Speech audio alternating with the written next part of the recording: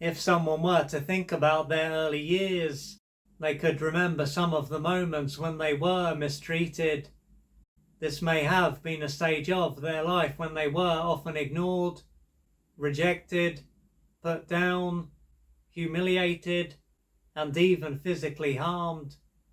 Therefore, the person or people who were supposed to protect, care for, support, validate, and encourage them would have typically done the complete opposite. Thanks to what they went through during this stage of their life, one thing that they can struggle with is feeling good about themselves and as though they deserve to be here and have their needs met. If so, it will be normal for them to feel low and depressed, and they might even have moments when they think about ending their life. If they do have moments when they think about calling it a day, it can be because they are suffering so much and can't see a way out of the life that they are living. Not being here will then be seen as the only way for them to experience life differently. Additionally, they can experience so much shame that they fear that they will be rejected and ostracized if they do reach out for support. If they fear reaching out and keep what is going on to themselves, it will be important for them to keep in mind that there are people out there who will be understanding and supportive. Also, they can keep in mind, even if their mind rejects this and it doesn't go in right now, is that they have inherent worth and are lovable. Naturally, due to the experiences that they had, a big part of them is not going to be able to accept that they have inherent worth and are lovable. To this part of them, this can be seen as something that ultimately has no basis in reality.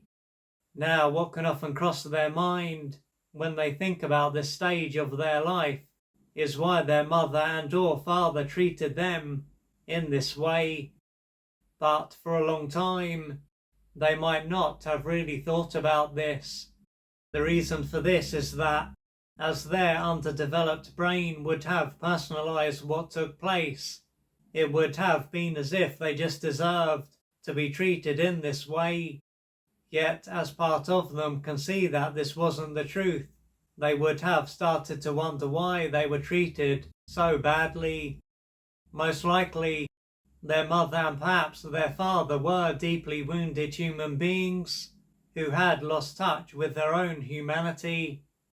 Assuming that it was only one parent who was abusive, this parent was probably also abused during their formative years. To handle what happened, they would have probably lost touch with their connected and feeling true self and created an unfeeling, disconnected, and inflated false self. Adapting in this way would have allowed them to keep it together and function, but it would have come at a great cost.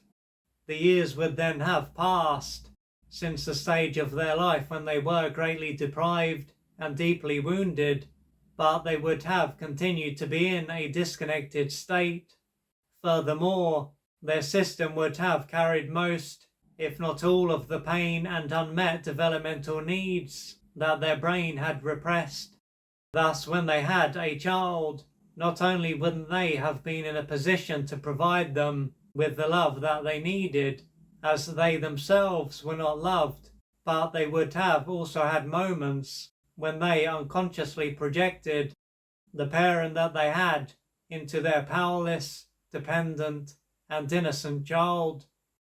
When this took place, they would have expressed the anger, rage, hate, disgust, and contempt toward their child that they were unable to express toward their parent or parents when they were abused. They might then have generally had a strong grip on reality and been able to function, but during these moments, they would have completely lost touch with it. To a big part of them, their child would have been the parent who abused them, and abusing them would have been seen as the right thing for them to do. and they might have even justified their behaviour. Even so, they would then have been experiencing a form of indirect revenge. This would have stopped them from being able to see that their child was innocent and didn't deserve to be treated like they were nothing. What this illustrates is that how they treated them had absolutely nothing to do with them. It was simply a reflection of what was going on for their abusive parent.